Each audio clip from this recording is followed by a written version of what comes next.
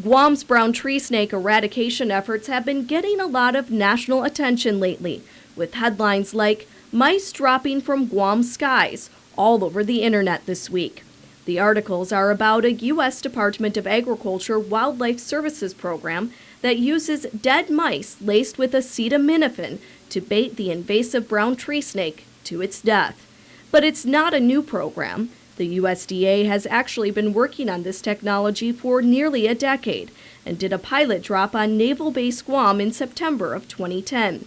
In this file video, USDA Assistant State Director Dan Weiss tells PNC how the project targets brown tree snakes and not other animals. The biggest thing we do is we put the baits on a flotation system so that when we drop them out of the helicopter, they'll float down slowly and actually hang up in the forest canopy. When they're in the forest canopy, virtually the only thing that can get to them are brown tree snakes. While the U.S. Department of Agriculture works to eliminate the brown tree snake, the Guam Department of Agriculture has been busy working to save the ecosystem that the snake has nearly destroyed.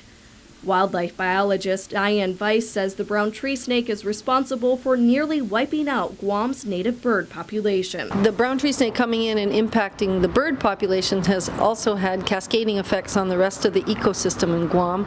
Losing our bird population has impacted our native trees. Some trees, their seeds need to be dispersed by birds or even just eaten, consumed, and pooped out somewhere. And the process of the seed going through their body is necessary in order for that seed to germinate. So there's been huge impacts on our native forest and the regeneration of that forest. The brown tree snake first arrived on Guam as a stowaway in cargo in the late 1940s or early 1950s, and it's believed that 2 million snakes live on island today. But with so much focus on the brown tree snake in the national spotlight, the Guam Department of Agriculture assures those not familiar with the island that it's still a place worth visiting. You can live on Guam for 5 years and never see a snake. So they're out at night, they're cryptic. If you don't mess with them, you might never see one.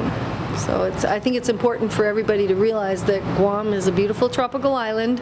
Yes, we have snakes, but you may never see one unless you actively go out and search them out. The USDA hopes to do more mice drops on Guam in April or May, this time on Andersen Air Force Base. Betsy Brown, PNC News.